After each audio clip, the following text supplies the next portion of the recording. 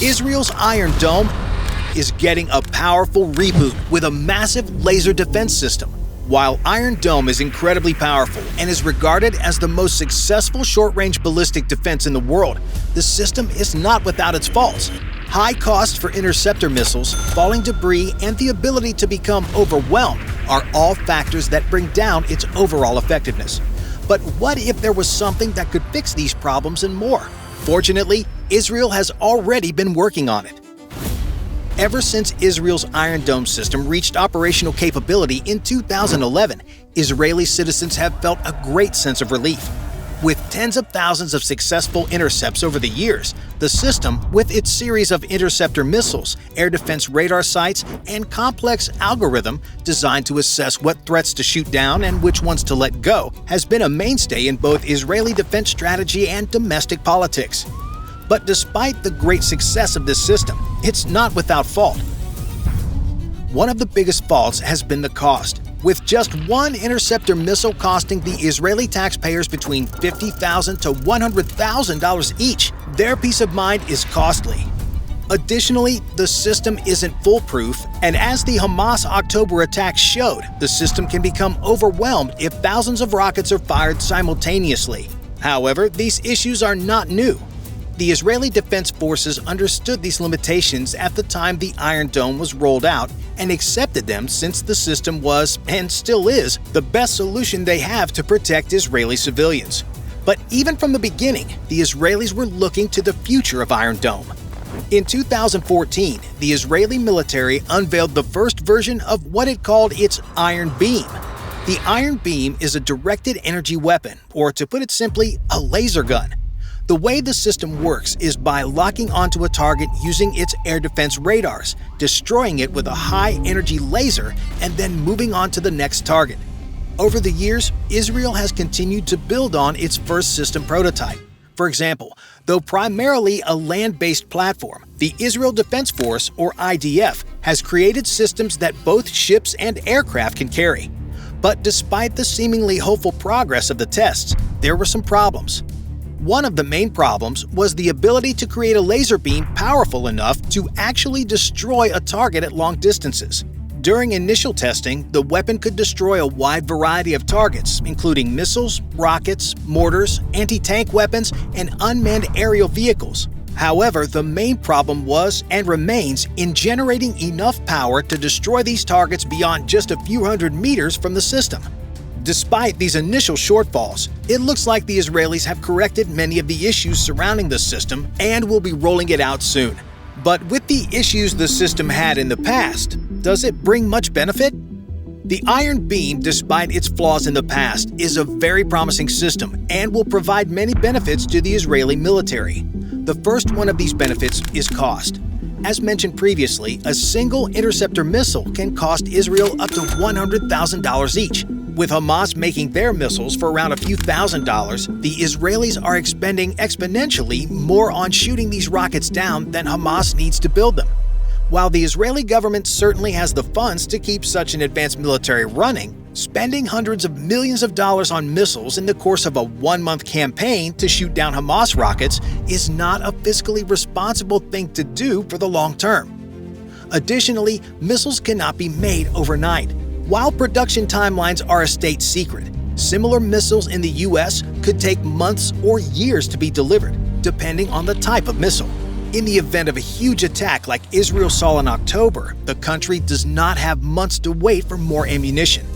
Because of the use of electricity in the weapon, the Iron Beam has a very low cost to shoot down a missile. While estimates vary, the Iron Beam, according to a former prime minister, can shoot down a rocket for around $3.50 worth of electricity. Though others say the cost is as little as $1 or maybe as much as $2,000 worth of electricity when considering other factors. But the fact remains that the Iron Beam is much cheaper than the Iron Dome can ever be. Regarding ammunition, the use of electricity is another benefit since the magazine size is practically unlimited. For the Iron Dome, ground-based interceptor launchers are loaded with missiles that fire at threats the system deems worthy of a missile. But in the event of a mass barrage of rockets, mortars, and drones, the system will start to let some threats go through and use its resources to take out the most dangerous threats. With an unlimited magazine size, the Iron Beam can take out all threats regardless of what it is and where it's going. Additionally, Israeli troops need not worry about having to reload the launchers under fire, since this process is not slow at all. Having electricity take out the targets also has the benefit of limiting collateral damage. Whatever an interceptor missile explodes, the debris from the incoming threat, along with shrapnel and material from the interceptor, will rain down on Israeli civilians. By using a non-kinetic weapon to disable and destroy threats, the Israeli military is greatly lowering the risk the system poses to civilian life and property. But even though the Iron Beam is much cheaper than the Iron Dome and will always have enough ammunition as long as it receives power, what are some of the drawbacks? One of the most significant faults of the system is why it has taken so long to reach operational capability. While exact testing results and parameters are still classified, it is known that the system has had a fundamental problem of being able to destroy targets at range. The problem that Israeli engineers had to solve was getting enough energy locked onto a target long enough to destroy it at ranges comparable to the Iron Dome. This fundamental problem has been difficult for Israel to overcome. Because of this, the Israeli government partnered with the American company Boeing in 2022 to jointly develop the system even further. With American help, Israel has made great strides in getting the system onto the field, since one Israeli expert claimed it could now direct its energy onto the target the size of a coin at a range of 9 kilometers. But even with a range of 9 kilometers, the system still has a significantly reduced range compared to the Iron Dome's 70-kilometer radius it can destroy targets. Because of this, Iron Beam batteries would have to be placed closer inside Israeli cities, which could expose civilians to unnecessary risks should the system fail to shoot something down. The weapon could also be set up closer to Hamas, but would expose it to terrorist counterfire. Another negative is the weather. Because the system needs to preserve as much energy of the laser as possible to take out the threat, foul weather has proven to make the system ineffective.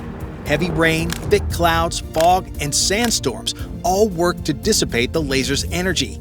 With less energy, the effective range decreases overall.